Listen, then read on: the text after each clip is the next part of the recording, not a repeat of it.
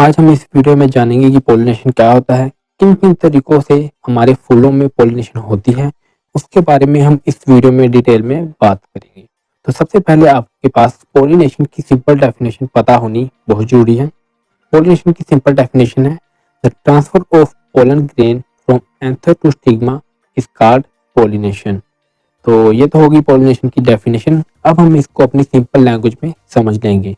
जब भी किसी फूल से उसके मेल पार्ट यानी एंथर से पोलन ग्रेन किसी दूसरे फूल के फीमेल पार्ट यानी स्टिग्मा तक जाते हैं, उस पूरे प्रोसेस को हम कहते हैं पॉलिनेशन।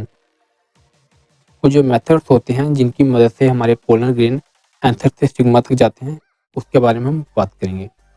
तो पॉलिनेशन बेसिकली दो तरीकों से होती है। पहली होती है बायोटिक पॉलिनेशन और दूसरी होती है एबायोटिक पॉलिनेशन। तो अब हम जानेंगे कि बायोटिक पॉलिनेशन क्या होती है। जब भी हमारी पॉलिनेशन किसी लिविंग मेथड से होती है, यानी कोई लिविंग ऑर्गेनिज्म पॉलिनेशन में इंक्लूड होता है, तो उसको हम कहते हैं बायोटिक पॉलिनेशन। तो इसमें कुछ सब पॉइंट हैं, उसके बारे में हम जान लेंगे।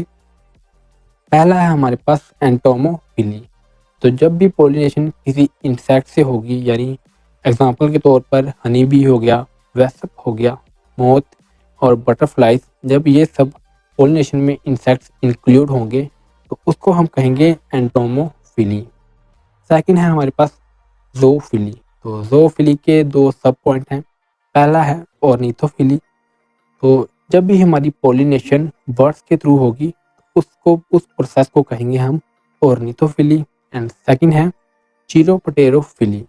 चिरोपटेरोफिली में क्या होता है, जब पॉलिनेशन बैट्स के थ्रू होती है, यानी चमगादड़ वाली फैमिली के थ्रू होती है, उस प्रोसेस को हम कहेंगे चिरोपटेरोफिली।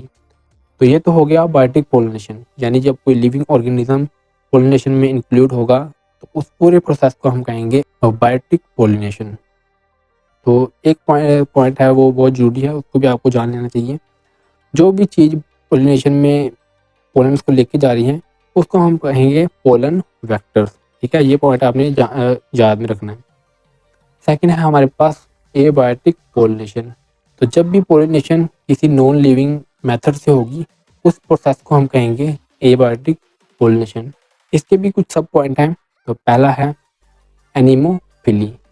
जब भी हमारी पॉलिनेशन फूलों में विंड के थ्रू होगी, यानी हवा के थ्रू होगी, जब तेज हवाएं चलेंगी तो उसकी मदद से जब हमारे पोलन ग्रेन्स एक फूल से दूसरे फूल तक जाएंगे, उस प्रोसेस को हम कहेंगे एनिमोफिली। सेकंड है हाइड्रोफिली। तो जब भी पॉलिनेशन वाटर के थ्रू होगी, तो अब रेन वाटर हो सकता है या नॉर्मल वाटर हो सकता है, उसके थ्रू होगी तो उस प्रोसेस को हम कहेंगे हाइड्रोफिली। तो ये हो गए हमारे पास पॉलिनेशन के बारे में पूरी जानकारी। अगर आपको वीडियो अच्छी लगी हो तो वीडियो को लाइक कर दें। चैनल पर नए हैं तो ऐसी ही वीडियो को देखने के लिए हमारे चैनल को अभी सब्सक्राइब करें। तब तक के लिए गुड बाय, मिलते हैं नेक्स्ट वीडियो में।